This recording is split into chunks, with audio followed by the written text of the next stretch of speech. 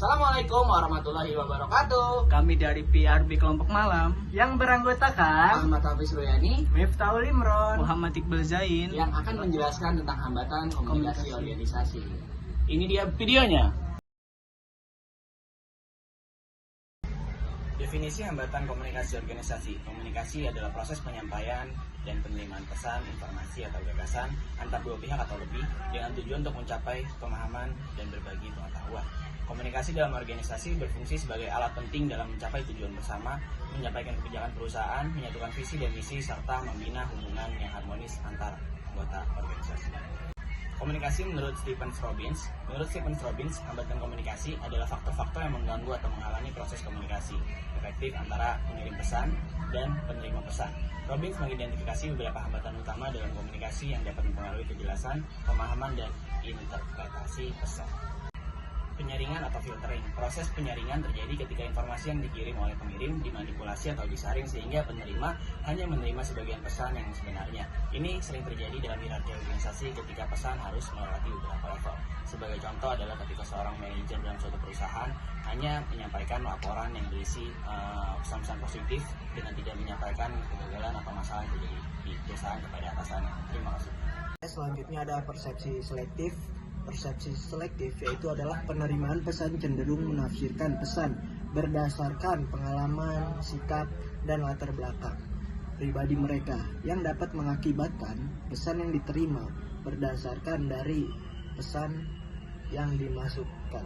Contohnya yaitu adalah seorang guru memiliki siswa favorit karena mereka bias oleh favoritisme kelompok yang dimana mereka dipilih oleh guru tersebut. Berikutnya saya akan membacakan overload informasi. Ketika penerima diberi terlalu banyak informasi sekaligus, maka mereka mungkin tidak dapat memproses semuanya secara efektif dikarenakan cenderung akan mengakibatkan kurang fokusnya mereka terhadap informasi yang diberikan dan menyebabkan sebagian informasi hilang atau diabaikan oleh mereka. Selanjutnya adalah emosi. Keadaan emosi seseorang saat menerima pesan dapat mempengaruhi bagaimana mereka memahami dan merespon pesan tersebut. Contoh kasusnya adalah dapat dilihat dalam konteks kekerasan dalam rumah tangga. Dalam keluarga yang mengalami KDRT, pola komunikasi yang negatif dapat membentuk emosional anak, mengakibatkan ketidakstabilan emosi dan perilaku agresif. Kemudian adalah bahasa. Perbedaan bahasa atau penggunaan jargon yang tidak dipahami oleh penerima dapat menjadi hambatan komunikasi. Selain itu, kata-kata yang memiliki makna ganda bisa menyebabkan kebingungan. Contoh kasusnya adalah ketika ada dua mahasiswa dari suku Jawa dan suku Sunda, mereka sama-sama menyebut gedang. Dan mahasiswa yang dari asli Tangerang itu merasa kebingungan karena dari suku Jawa dan suku Sunda memiliki perbedaan arti dan makna. Dan adalah kegelisahan komunikasi. Jika tidak ada kepercayaan antara pengirim dan penerima, mungkin ragu atau meragukan kebenaran yang disampaikan. Kemudian adalah di terakhir kesimpulan.